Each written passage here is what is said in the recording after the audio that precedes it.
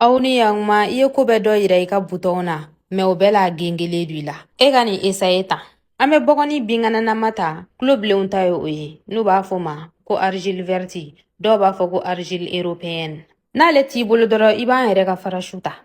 Kuyɛri fitininin ɲɛ kelen bɔ ɲango ani kakao mugu n'o ye Nestlé ye. Nestlé ɲaaminen tɛ dɛ, sukoromani tɛ abada. A yɛrɛ yɛrɛ be yen nɔ, sukoro t'a la foyi den kelen. I b'o de ta, ale de bɛnnen do ɲɛda la. An bɛ sɔrɔ ka ji k'a la dɔɔni dɔɔni k'a ɲagami ɲɔgɔn na. I b'a jate minɛ basabu argile n'o ye bɔgɔni ye, ale be komi i n'a fɔ ale ye sasogo de dun. A tɛ fa ji la. Ji kuyɛri fitininin ɲɛ 5 kɔni kan ka kabako wuli a la. An ɲɛdaw kolen jɛlen pasi an bɛ sɔrɔ ka n'a k'a la, foyi wɛrɛ tɛ fara ale kan. N'i ye nin k'i ɲɛda la, i yɛrɛ bɛ n'a jɔyɔrɔ ye yɔrɔnin kelen. Miniti hakɛ t'ale la, i b'a to i ɲɛda la f'i yɛrɛ ka dɛsɛ ka kuma. N'a jara waati min na i bɛ sɔrɔ k'a ko.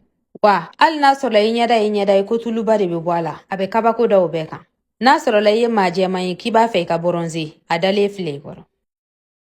An ɲɛdaw kolen jɛlen pasilen filɛ nin ye, aw yɛrɛ ɲɛ t'a la, a tulundan de ye nin ye tan. Aw k'an bɛɛ.